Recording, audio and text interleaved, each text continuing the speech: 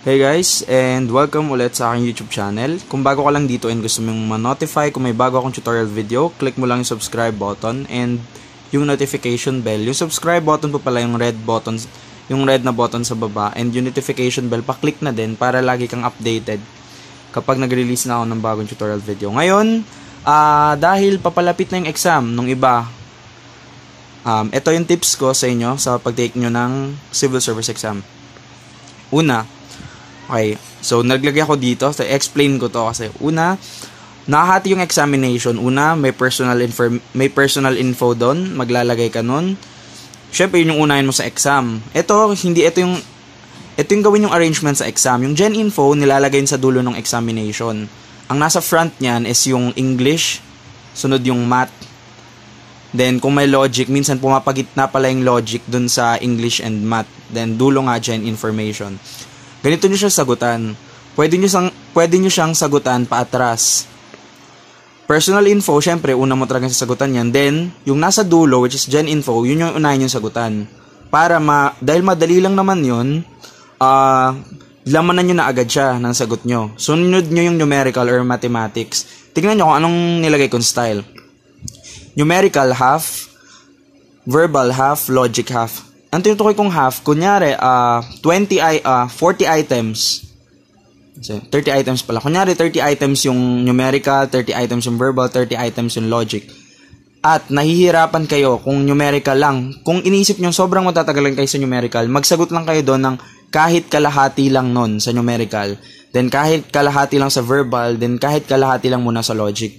Ngayon, bakit ko sinasabing magsagot ng kahit kalahati? Ganito kasi yan. Kapag after mo nasagot ng personal and gen info, which is madali lang, kapag nag-numerical ka and sinubukan mo siyang tapusin, pwede nun tapusin din yung oras mo.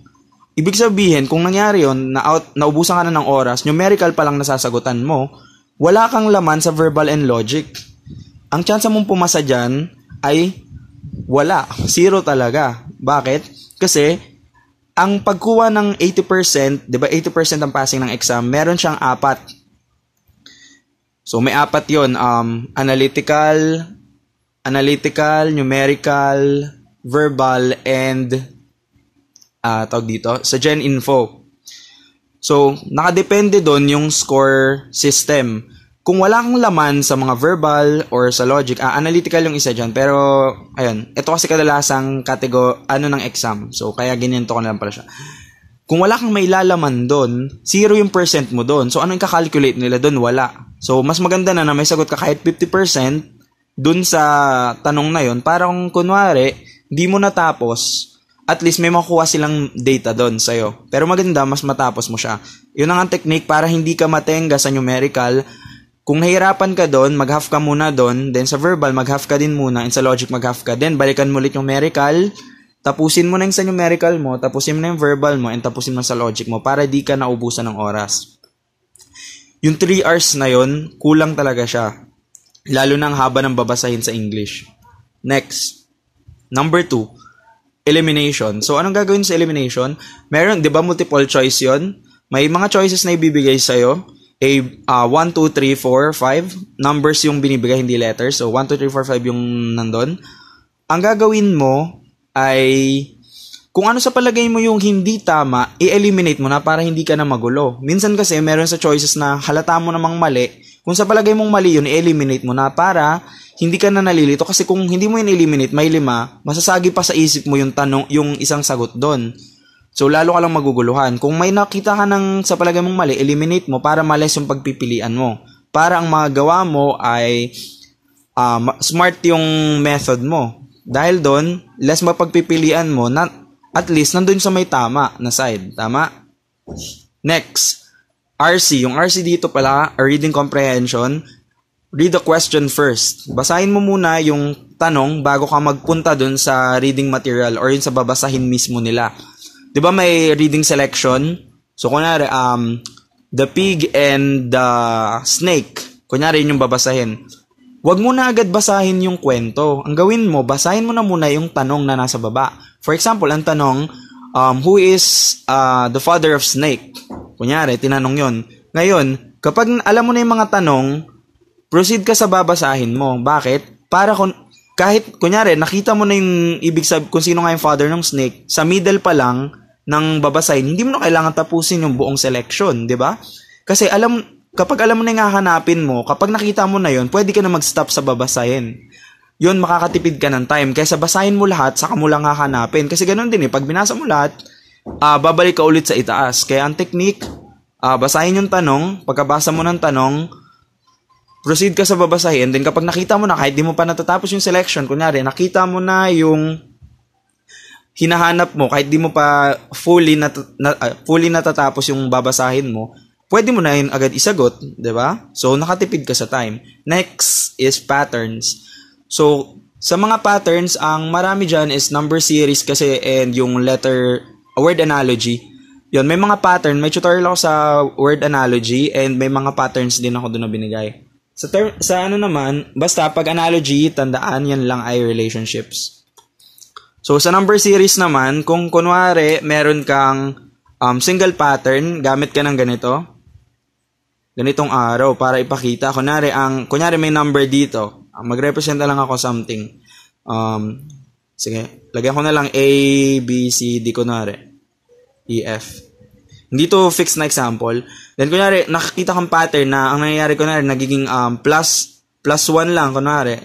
Plus 1, plus 1, plus 1, kunwari. Kapag single pattern, ganyan lang gagawin mo. Pero kapag double pattern, yung una, pina-plus muna sa 3, then sunod mina-minus, gawa ka ng magkaiba. Magka-opposite. Kunyari, dito, nagiging plus 1 yung number, dito nagiging plus 3, dito nagiging plus 1, dito magiging plus 3. Para di ka malito sa number analogy, makikita mo yung format. Maglagay ka niyan dun sa series. Kung nagbigay siya ng, kunyari, 1, 7, 9, 8, 11, kunwari, kung may dalawang pattern, una dito, pangalawa dito, then lagay mo kung anong ginamit. Kunyari, plus something, dito minus something, plus something, minus something, kung ano man yun. May tutorial ako sa number series para lalo ka pang mag-guide. So, next is codes. So, ginagamit yung codes sa general information. Para hindi ka masyadong magkabisado ng sobrang dami, mag-set ka ng codes na mapapadali kang makatandaan yon. For example, yung PET or PET na ginagamit ko. Isa lang to sa mga example ng codes na pwede mong gawin. Pwede ikaw gumawa ng sarili mong codes. So, ayun, kunyari PET, kunyari, what are the 3 inherent power of the state? Ang tinatandaan ko, PET. Ang P is police power. Yung E is power of eminent. So, ito yung E is eminent domain.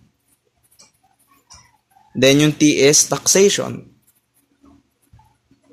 So, ayan, nakagawa ka na ng sarili mong code. Tama? So, kung may code ka, hindi ka na masyadong magkakabisa. Hindi mo na masyadong hahagilapin pa sa utak mo kung ano yun. Ano nga ba yun? Ano yung mga... Kasi pag may codes ka, yan, 3 letters lang tatandaan mo. Then, pag naaalala mo yan, matatandaan mo yung word na nilagay mo para dun sa code na yun. So, kagaya niyan, PET, kapag narinig ko yan, alayan yung inherent power of state. Yung P dyan ay police power, E is eminent domain, and T is taxation. So, ayan, di ka na mahihirapan. Next, last, pero ang pinakamahalaga is pray. Bakit? Kasi yung exam nyo, kahit na sobrang dami mong inaral, pero hindi yun mismo yung lumabas. For example lang, di yun lumabas. Yun din, delikado yung pagbasa mo. Kaya i-pray mo na yung inaral mo is kasama sa lalabas sa exam para di ka mahirapan. Kasi nakadepende pa rin yan sa tanong. Kahit na gaano katalino, kung hindi lumabas yung re-review mo, anong isasagot mo doon? Pwede ka mag-guess pero lesser chances yon, di ba? Ng pagkakaroon mo ng tama. So, ayun, pray mo na din na lumabas yung ne-review mo. Okay, then, ayun, additional lang, pumunta na sa venue sa testing center ng maaga para hindi ka, kasi kapag na-late ka po dumating, sasaran ka ng gate, hindi ka na papapasukin. Kahit nasabihin mo nagbayad ka sa exam at ngayon ka mag-exam, kung late ka dumating, hindi ka papapasukin. Maraming ganyan. Ako, na-assign ako sa UMAC. Maraming na-late, hindi na sila pinayagan mag-exam noon. Buti na lang, 'di ba, nagkaroon ulit ng inallow sila ng civil service ngayon na mag-take yung mga dating late pumunta. Pero kung hindi mabait yung civil service kagaya dati, I mean, hindi kayo papayagan talaga mag-take kapag late kayo. Pero ayun, pumunta ng maaga. Then magbaon ng tubig. And technique, magbaon na lang din kayo ng candy. Kung ayaw nyong kumain ng kanin, since sugar naman, may sugar yung candy, mas pwede na yun magsusupply ng food sa utak nyo. Kasi kung kunwari, nag-travel kayo, yung iba sa atin hindi na nag-aalmusal kasi nagmamadali, kinakabahan na baka sumakit yung tiyan nyo during examination. Pwede kayong candy, magbaon kayong candy, nguyain ninyo. Kasi kapag walang laman talaga yung tiyan nyo, mahihirapan din yung utak nyo na mag-isip. Kasi kada isip niyang utak nyo, nag-utilize siya ng glucose sa katawan. So dapat kahit pa paano may stored ka. Though may stored tayo sa fat, ayun, mas maganda na magmuya kang candy para yung isinusupply niya na sugar sa katawan, magamit ng utak, may may-utilize ka for examination.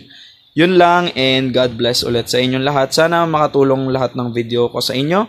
Sa mga naghahanap ng full tutorial ko, click lang yung code L University katabi ng subscribe button, and dadalhin ka mismo ng YouTube sa buong playlist ko. Yun lang, and good luck.